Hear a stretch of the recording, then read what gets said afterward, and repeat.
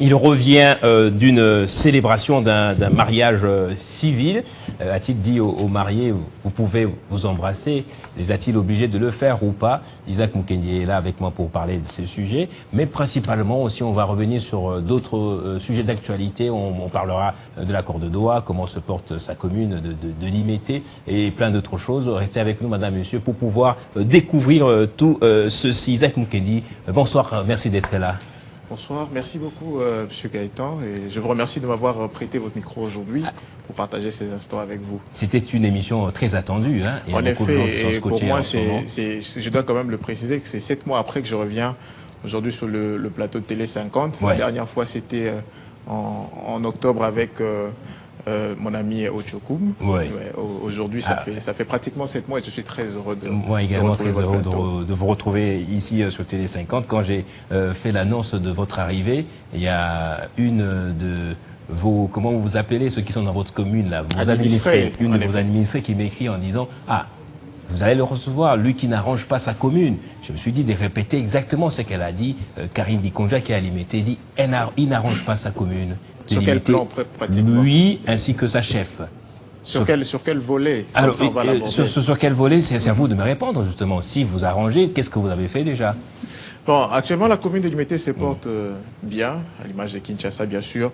Une ville qui est bondée de défis. Ouais. Et nous nous inscrivons à ce stade derrière la vision du gouverneur de la ville. Je citerai son Excellence Daniel Bumba Lubaki, Kinshasa et Zobonga, et nous qui sommes bien sûr sous sa tutelle. Nous nous inscrivons dans cette nouvelle politique qu'il a portée. Donc, sur plusieurs volets, il y a des avancées. Je vais prendre 4 volets pour répondre très rapidement à mon administré que je chéris, tant même si je suis censé la connaître, même si je ne connais pas le nom.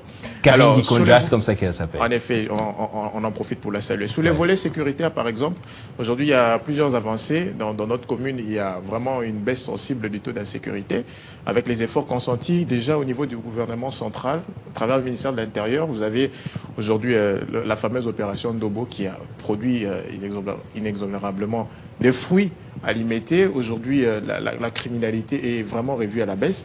Mais il y a aussi ces nouveaux dispositifs de concertation entre les services locaux de sécurité, les comités locaux de sécurité qui sont déjà mis en place, où ça nous permet, dans un cadre restreint entre les bourgmestres adjoints et tous les services de sécurité, d'aborder les questions sensibles sécuritaires de notre commune dans ce cadre-là. C'était quelque chose qui n'existait pas. Aujourd'hui, avec l'actuel VPM Chabani Louko, qui a vulgarisé, bien sûr, ces décrets qui existaient depuis 2022. Aujourd'hui, dans les communes, c'est un peu comme des petits conseils des ministres. Donc, nous abordons tous les problèmes, toutes les questions qui sont liées à notre commune, pas seulement sur le plan sécuritaire, parce qu'on parle de comité local de sécurité. Mais la sécurité, c'est aussi la sécurité des personnes, des biens, mais aussi à la sécurité environnementale. Hier, par exemple, pour ceux qui nous ont suivis, moi et Madame la bourgmestre, nous étions sous les artères du boulevard Lumumba. Nous avons assiégé le boulevard pour éviter à ce que les marchands, puisque nous avons la volonté de travailler, pour éviter à ce que les marchands dans les bonnes pirates, il faut s'adapter aux conditions qui s'imposent. Les marchands ont choisi de vendre dans la rue. Aujourd'hui, notre gouverneur a dit Balaba Leza ONZT, c'est une vision qu'il a apportée et nous nous inscrivons pour matérialiser cette vision.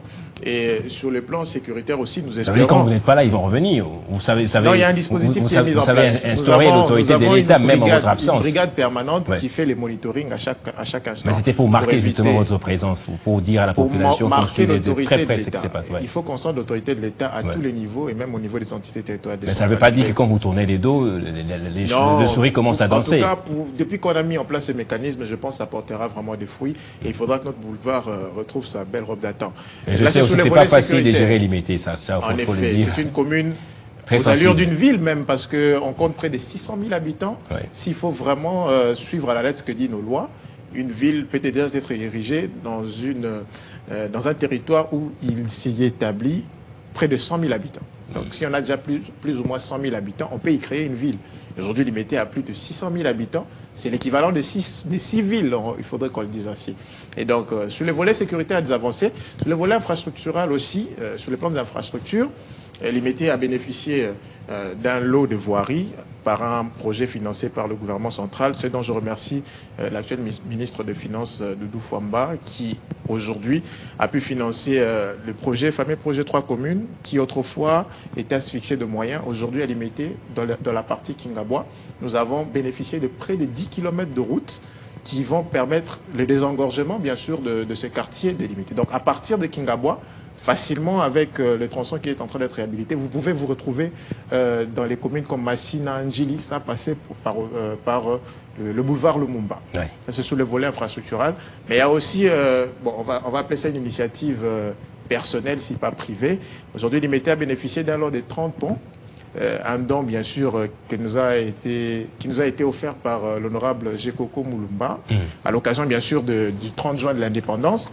Nous avons été ceux qui avons bénéficié, nous avons eu ce privilège de bénéficier de 30 passerelles. Vous ne regrettez pas le fait qu'il ne soit plus gouverneur ou gouverneur adjoint de Kinshasa? Mais il est quand même sénateur aussi. C'est loin. Bon, quand il prend une décision pour Kinshasa, il faudrait que ça passe par plusieurs mécanismes. Oui, en effet. Ben, s'il pouvait l'être, il pouvait bien l'être. Mais actuellement, il est sénateur. Je pense qu'il a été respectueux, bien sûr. Donc vous le regrettez quand même? Ce qui a été... Non, je ne le regrette pas parce que nous plions souvent. Il est de l'UDPS comme moi. Nous nous plions, bien sûr, à ce que prescrit notre parti. Lorsque le parti fixe sa ligne de mire, nous devons nous aligner. Et nous avons été bénéficiaires de ces 30 passerelles. Ça nous a aidés pour que nos administrés puissent traverser des part et d'autre dans les différents quartiers. Et c'est quelque chose que nous devons ainsi saluer. Et sur les plans aussi de l'assainissement, nous faisons des efforts, on va dire des efforts personnels au niveau de la commune délimitée. Nous avons créé une brigade d'assainissement qui d'ailleurs, je vous ai dit, a assiégé le long du boulevard Lumumba hier, accompagné de nous pour chasser tous les marchands qui sont le long du boulevard. Alors, pour éviter justement... Ouais.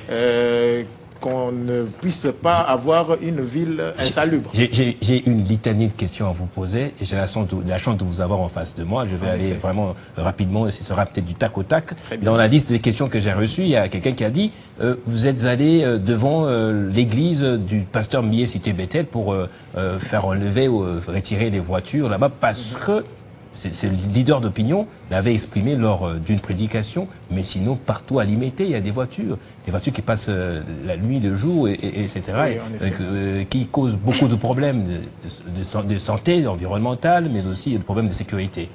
Bon, le grand problème avec la plupart de nos administrés, nos administrés, c'est pas seulement la population. Les églises, en tant que personnes morales, sont aussi nos administrés. Pour la plupart des administrés, ne maîtrisent pas les règles des compétences. Vous savez, nous sommes la commune délimitée, bien sûr, mais la commune délimitée se retrouve dans la ville-province de Kinshasa et la ville-province de Kinshasa se retrouve en République démocratique du Congo. Donc, il y a des sphères de compétences qu'il faudrait devoir respecter. Par exemple, pour cette affaire, c'est une affaire bien sûr lointaine, je ne voulais peut-être pas l'évoquer, mais puisque vous me posez une question, c'est qu'il faudrait que l'on sache que les emprises qui longent le boulevard Lumumba, des part et d'autres, sont de la compétence de la ville. Pourquoi? Parce que le boulevard Lumumba, du moins dans sa partie 17e rue jusqu'à la première rue, c'est une route, comme on l'a dit, d'intérêt provincial. Et donc, les routes d'intérêt provincial ainsi que ses dépendances sont justement de l'apanage de la ville. Eh bien, des relations cause à effet, si vous voyez bien sûr un véhicule qui stationne sur une emprise d'intérêt provincial, dites-vous que ce n'est pas la commune qui l'a mis. Certainement, c'est une décision qui émanait de l'autorité urbaine. Mais puisque, à première vue, parce que c'est à Limité, il faudrait s'en prendre à quelqu'un, ben, on va facilement s'en prendre au bourgmestre de Limité. Et pour prendre les mots du pasteur, je l'ai suivi, il disait le monsieur, alors qu'on sait tous que le bourgmestre ou la bourgmestre de Limité, c'est une dame. Oui. Voyez-vous. Et donc, c'est cette vous l'avez rencontré. Vous êtes senti obligé d'aller sur le terrain? Non, je pense que c'est lui qui est notre administré. Ouais. En principe, c'est lui qui devrait venir. Mais puisqu'il fallait quand même investiguer, nous sommes descendus sur place pour montrer bien sûr à l'opinion que contrairement à la réalité qui a été traduite, ce n'est pas le cas. Parce que la commune délimitée n'avait jamais reconnu et ne reconnaissait jamais avoir produit de documents pour que ces garages puissent s'établir à cet instant-là. Mais aujourd'hui, la situation elle est maîtrisée. Je comprends que vous aviez été un peu contrarié par le fait qu'on vous a appelé monsieur. Bon, d'une certaine manière, on reste humain, nous sommes animateurs, bien sûr, on reste humain. Et puis, c'est pas la seule église. Hein. Plusieurs églises, parfois, nous saisissent pour des faits précis et nous y apportons des solutions. La relation administrant-administré, c'est la voie administrative, la voie de la correspondance. Je pense que pour les prochaines occasions, c'est peut-être la voie la mieux appropriée. Donc vous êtes une municipalité ou une commune accessible, c'est ça? Bien sûr. À qui on écrit rapidement? Bien sûr. La preuve, c'est que vous m'avez appelé, je suis venu. Oh, Isaac. C'est une preuve de l'accessibilité, bien sûr. Et ceux qui nous suivent savent qu'à limiter, oui. les autorités communales, Madame la bourgmestre et son adjoint, il y a aussi la question, autre chose, la suite du processus électoral. La CENI a publié son nouveau calendrier avec à la clé les élections municipales, etc., urbaines, etc. Et quelle est votre position en fait? Quelle a été votre réaction quand vous avez vu ce calendrier finalement être publié? Et qu'est-ce que vous faites jusque-là? Qu'est-ce que vous avez fait? Bon, nous en avons pris acte. Ouais.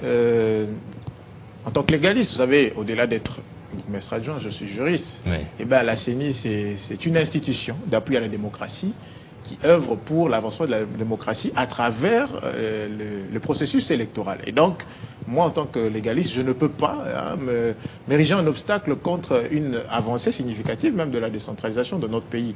Aujourd'hui, ces élections, moi-même, j'y ai participé en 2023. Je suis un élu local, donc conseiller municipal, et donc il est de bonne loi pour moi que de prendre acte, bien sûr, de ce calendrier. Mais il y a des préalables, notamment financiers. Bon, on va voir comment est-ce que ça va se passer, parce qu'aujourd'hui, l'urgence la plus urgente, d'ailleurs, c'est la question sécuritaire. Aujourd'hui, nous sommes sous occupation étrangère à l'est de notre pays. C'est quelque chose qui n'est pas ignoré de tous. Vous n'êtes pas optimiste? Vous pensez que cette date du 9 octobre ne va pas être atteinte? Il n'y aura pas élection ce jour-là? Je reste optimiste dans le sens où le calendrier a été publié. Ouais. Nous voulions bien sûr que ces élections se tiennent. Mais il y a des préalables, notamment financiers. Et il y a d'autres préalables aussi opérationnels, dans le sens où il faudra se déployer partout à travers la République, y compris dans les zones sous occupation où il y avait des élus. On se pose la question, est-ce que dans ces zones-là, il y aura effectivement élection ou pas? D'autres préalables, c'est aussi les précédents, ceux qui sont en place. Parce qu'aujourd'hui, je pense que vous avez vu certainement sur les réseaux sociaux, nos collègues de l'intérieur du pays ont écrit à son Excellence Monsieur le Président de la République, décriant bien sûr les conditions exécrables dans lesquelles ils travaillent. Et c'est là, n'est pas en reste. Pour nous aussi qui sommes ici dans la capitale, il y a des arriérés de salaire, il y a des primes qui ne sont pas allouées, il y a les moyens opérationnels qui ne sont pas dotés suffisamment au bourgmestre, les moyens de notre politique, comme on le dit, pour que nous puissions assurer au quotidien la gestion de nos entités respectives. La rétrocession, par exemple, qui est un droit pour les entités territoriales décentralisées inscrit dans la loi sur les finances publiques, elle ne vient pas constamment. Et dans ces conditions, comment voulez-vous que nous travaillons? Et ceux qui vont venir après vont se retrouver dans les mêmes conditions, et peut-être des conditions qui seront encore plus compliquées. Parce qu'aujourd'hui, nous aurons un nouveau fonctionnement où il y aura des organes locaux qui vont devoir travailler en synergie, c'est-à-dire les exécutifs locaux, c'est-à-dire le collège exécutif communal qui sera composé du bourgmestre adjoint élu, et une assemblée locale, les conseillers communaux, qui seront là pour délibérer sur des matières qui sont inscrites dans la loi sur les ETD, et aussi contrôler la gestion, bien sûr, des bourgmestres qui sont en place. Mais alors, lorsqu'ils leur assignent une certaine mission et qu'ils n'atteignent pas, par manque de moyens, cela ne va pas peut-être conduire à une déstabilisation généralisée des communes, comme on les voit un peu dans les assemblées provinciales, les exécutifs provinciaux. Je veux prendre le cas de la province du Sankourou, qui a vécu une longue période d'ingouvernabilité. Pourquoi? Parce que les élus provinciaux n'arrivaient pas à s'accommoder sur le plan politique avec ceux qui étaient au niveau de l'exécutif, les propres gouverneurs qu'ils ont dû voter. Et puisque il n'y avait pas un accord sur la façon de faire, il y avait donc cette instabilité récurrente. Et donc c'est peut-être la crainte que j'exprime. Et si on ne dote pas effectivement aux ETD les moyens de leur politique, eh ben on va vivre des motions de part et d'autre, ce qu'on qualifie généralement d'émotions alimentaires. Alors, en résumé, je peux dire que vous trouvez que ce calendrier est inopportun, en fait. Non, le calendrier est opportun. Mais pas réaliste. On va prendre non, c'est réaliste dans le sens où les élections locales se sont tenues. Il y a eu des élections municipales. Il y a des élus locaux qui sont en place. Et nous vivons dans une situation de cohabitation parce que nous sommes nommés et sont élus. En principe, nous ne sommes pas redevables vis-à-vis d'eux, malgré, bien sûr, les cas de collaboration. Vous n'avez pas parlé de vos ambitions, mais alors je suis censé passer à l'autre question. Vous êtes de l'UDPS, le chef de l'État a effectué des nominations dans les établissements et institutions publiques, à la Banque centrale, à la NAT, à la FONAT, etc., même à la présidence également. Mais parmi les oubliés, il y a l'UDPS. J'ai vu sur le réseau les communicateurs de l'UDPS crier à la frustration apparemment, il passe dans les médias pour défendre le chef de l'État durant 6 années. Finalement, il n'y a pas de récompense pour eux. Est-ce que c'est votre position également? Bon, malheureusement, je n'ai pas de position parce que c'est un pouvoir discrétionnaire du chef de l'État. Nous, au sein de l'UDPS, nous en avons pris acte. Un bon UDPS en prendrait acte parce que c'est, comme je l'ai dit, la volonté discrétionnaire du chef de l'État. On ne sait pas dire le pourquoi, les comment. Il n'y a pas que ces entreprises publiques qui existent, il y en a d'autres. Nous voulions bien l'égalité des chances. Si on en donne à d'autres partis, il faudrait qu'on donne aussi à l'UDPS. Mais à ce stade, les nominations ont été faites, nous les saluons, nous en prenons acte. Mais aussi, moi, de façon personnelle, hein, ce que je pourrais peut-être recommander, c'est une certaine évaluation. Parce qu'on a vu certains quitter d'autres entreprises publiques ou d'autres établissements publics pour aller vers d'autres. Est-ce qu'il y a eu une évaluation, hein? Il faudrait qu'il y ait quand même une évaluation pour qu'on s'assure que lorsqu'on déplace tel vers un autre endroit, il y aura une certaine performance. Vous avez une manière douce de parler de votre frustration, là. Non, ce n'est pas une frustration. J'ai dit plutôt que pour éviter, parce que souvent on décrit cette chose dans notre pays, c'est que c'est parfois les mêmes noms qui se répètent. Bon, si les mêmes noms se répètent, on présume que c'est sur base d'une compétence. Je dis bien qu'on présume. Mais il faudrait qu'il y ait des évaluations. Une évaluation, bien sûr, de la gestion. Et si la personne, bien sûr, a mieux géré cet établissement, et il mérite, bien sûr, d'être reconduit à un autre endroit. Que ça ne soit pas juste un jeu de dames, il faudra bouger les gens, ainsi de suite. C'est peut-être ce que je pourrais peut-être dire à la prochaine, ce qu'il faudra peut-être faire, c'est vraiment faire des évaluations. Pour que celui qui quitterait, par exemple, vice-ministre, et qui se retrouve député, et qui va vers le Sénat, et qui revienne comme administrateur ou on va dire DG ou membre du conseil d'administration, et que ce soit sur base d'une certaine performance. Donc ce sont des nominations mal évaluées. Non, ça c'est vous qui l'avez dit. Merci Isa Boukeni. On va maintenant aller dans le vif de notre émission. Peut-être on reviendra sur le point de presse du M23 FC vers la fin de cette émission. Mais les gens s'attendent vraiment à ce que vous donniez votre position par rapport à ces deux sujets. D'abord, les conditions du remariage, mais aussi l'obligation ou non de se faire des baisers lors du mariage civil. Alors je pose la question de savoir quelles sont les conditions légales d'un remariage en droit congolais. En toile de fond, on parle du remariage qui a été très médiatisé en tout cas. Un mariage à polémique du pasteur Marcelo Tunasi qui a une nouvelle épouse et qui s'est marié en moins d'une année ou plus ou moins après une année après les décès de sa femme. Alors vous personnellement en tant que je dirais bourgmestre mais aussi légaliste, quelles sont les conditions, les délais et les pratiques? Et les pratiques. Je vous signale. J'espère que c'est pas fait à dessein de m'inviter pour que j'aborde cette question. Bon, déjà, je vais féliciter le pasteur Marcelo pour ce nouveau pas de la vie. Il y a une citation d'Honoré de Balzac qui dit que le mariage, c'est une vie dans la vie. Et donc, si on se marie, c'est le début d'une toute autre vie. Et quand on se remarie, on fait une deuxième vie. C'est sous-ensemble de la vie. Ouais. Voyez-vous? Et donc, sur le plan déjà biblique, moi je suis chrétien. Ouais. Je n'ai, du moins pour la Bible que je connaisse, il n'y a aucun verset, allais-je dire, qui fixe un délai de remariage. Ça n'existe pas. Mais s'il faut venir sur le plan du droit, je vais là évoquer rapidement le code de la famille. D'abord, les causes qui conduisent à la dissolution des mariages sont de trois sortes. Il y a le décès, il y a le divorce, donc la dissolution du mariage par voie de divorce, mais il y a aussi l'absence prolongée d'un des conjoints. C'est-à-dire lorsqu'un des conjoints, je vous donne un exemple, vous n'êtes pas marié, pas encore. Bon, je donne un exemple qui me concerne moi. On passe de je sors de chez moi, je m'en vais pendant plus de 6 mois, je ne donne aucune nouvelle. On ne sait pas où je suis, on lance des avis de recherche, rien. On ne sait pas établir si je suis décédé, si je suis enlevé, ainsi de suite. Porté disparu. Et donc, voilà, ma conjointe peut saisir les tribunaux pour qu'on puisse établir l'absence de l'autre conjoint, et cela peut directement conduire au remariage. Et donc, cette absence-là, puisqu'elle a été déclarée par le tribunal, on peut déjà considérer le mariage comme étant dissous. Donc, il y a le décès, il y a le divorce, mais il y a aussi l'absence. Alors, pour se remarier, bien sûr, comme je l'ai dit, si vous quittez d'une union précédente, ça doit être régulièrement dissous, mais il n'y a malheureusement pas de délai, autant pour l'homme que pour la femme. Peut-être pour la femme, il y aura un petit bémol.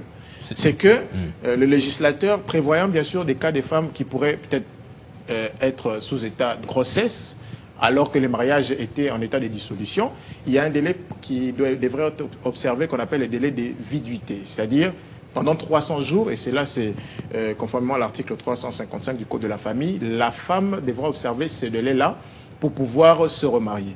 Mais aujourd'hui, avec l'évolution technologique qui peut être établie sous différents tests médicaux, qu'il est possible, bien sûr, que la personne ne soit pas enceinte. Et donc, ces dispositions à ce jour ne trouvent plus sa raison d'être, mais c'est peut-être le seul délai, mais pour la femme, de manière précise, mais de manière générale, il n'y a pas de délai pour se remarier conformément au Code de la famille. Alors, à part, bien sûr, ce délai de viduité, si, bien sûr, il est établi que la femme n'est pas enceinte... Il n'y a pas de temps de deuil, en fait. Le débat sur le temps de deuil, c'est un débat de société. C'est un débat sociétal. C'est pas un débat juridique. Non, c'est un débat purement sociétal. Alors, je pose la question à vous, vous êtes aussi chrétien, justement pour savoir votre avis personnel. Cette affaire a choqué l'opinion, une partie de l'opinion en tout cas. Ne pensez-vous pas que le pasteur, en homme d'influence, devait donner l'exemple en observant un deuil quand même long? Là, vous voulez que je donne une analyse juridique ou une analyse purement factuelle? Factuelle en tant que chrétien également. Non, je pense que cela dépend de tout un chacun. Ouais. Il y a un délai que chacun devrait observer pour faire son deuil. Et si le pasteur a jugé que son délai était donc atteint pour pouvoir faire son deuil, eh ben, je pense qu'il est de bonne loi pour lui. Et d'ailleurs, au vu de la grandeur de son ministère, c'est quelqu'un qui ne devrait peut-être pas mettre trop de temps sans être bien sûr engagé. Il y a bien sûr des enfants qui sont là. Il faudrait qu'il y ait quotidiennement une maman qui va bien sûr prendre, on va dire, en charge ses enfants ou peut-être prendre soin d'eux. Et je pense que chacun a son délai qu'il devrait apprécier, mais il ne faudrait pas que sur le coup du buzz, sur le coup, bien sûr, de l'émotion, que l'on pense que les pasteurs auraient mal agi. Sur le plan légal, je le répète, il n'y a donc pas de délai pour se remarier. Donc il y a juste un conflit entre ce que la loi permet et ce que la société entend. En effet. Et c'est un débat d'opinion, en tout cas. Il n'y a rien d'étranger. Personne n'a violé quoi que ce soit. En effet. Et vous n'étiez pas choqué non plus? Non, en tant que juriste, non. Non. En tant que chrétien? Non plus. Non plus. Alors, autre chose, en tout cas, qui a fait l'actualité, c'est cette scène qui a fait le tour des réseaux sociaux. C'était à Lubumbashi, si je ne m'abuse pas, un officier d'état civil qui a refusé de conclure un mariage parce que les couples avaient refusé de se faire des baisers, justement. Alors, je pose la question, monsieur le bourgmestre, est-ce que la loi congolaise oblige les mariés à s'embrasser à la fin de la cérémonie civile? Est-ce que vous avez déjà rencontré ces genres de cas, même des anecdotes? Racontez-nous. J'étais quand même choqué par la scène, ouais. Je dois quand même le dire en tant qu'officier de l'état civil, sans pas pour critiquer bien sûr le collègue, ouais. Je pense peut-être c'est une inadvertance ou une inobservance de la loi. J'ai vu des gens commenter dans tous les sens comme quoi ce serait certainement un mariage arrangé ou alors les personnes seraient proches parents, alors que si vous lisez le Code de la famille à son article 330 alinéa 4, le consentement des époux se constate par les déclarations faites par les époux. C'est-à-dire lorsque vous acceptez de vous prendre pour mari et femme, c'est cela donc qui établit les consentements entre les époux. Donc le baiser, c'est qu'une pratique. Des accolades, baiser, tout ça. C'est qu'une pratique, ce n'est qu'une coutume, on va dire, une pratique qu'on a héritée du monde occidental, ouais. Et qui d'ailleurs, dans notre sphère africaine, pourrait être considérée comme une atteinte aux mœurs. Et donc, je pense que ça devrait être de libre choix que des époux acceptent ou n'acceptent pas, bien sûr, de s'embrasser. Ce n'est donc pas une obligation légale. Vous, dans la pratique, qu'est-ce que vous faites, justement? Dans la pratique, vous attendez à quoi pendant ce moment-là, après les déclarations? Et comment, puisque vous dites que c'est pas une obligation, justement, mais quand on demande aux mariés de pouvoir s'embrasser, c'est le libre choix, justement. Le libre choix, parce que ce n'est ni une preuve du mariage, ni une preuve du consentement, encore moins une preuve, on va dire, pour peut-être statuer si les époux sont proches parents ou pas. Donc vous, en tant qu'officier de l'état civil, vous passez de ça aussi pendant une célébration? Bon, pour mon cas personnel, souvent je demande l'avis des mariés. Lorsque je dis, monsieur, est-ce que vous pouvez embrasser la mariée? Et s'il est d'accord, il le fait. Et si, bien sûr, ses convictions, peut-être religieuses, ou ses convictions de coutume ne les permettent pas, eh bien, on passe outre. Parce que la loi n'en fait pas mention comme une obligation pour les époux de s'embrasser. Ça ne donnera pas l'impression qu'ils ne sont pas véritablement mariés, peut-être, non? Non. Parce qu'il y a un niveau de performativité. Ce qui Non, s'est non, fait, non, c'est ce non, qui est non. connu Ce des n'est donc autres. pas, ce n'est Quand donc vous pas. occultez cette C'est que partie-là, notre ça ne peut pas société- changer justement la nature, le sens du mariage, non? Non, non, en aucun cas. La preuve du mariage, c'est l'acte de mariage. La preuve du consentement, c'est les déclarations entre les époux. L'acceptation des époux à se prendre pour époux et épouse.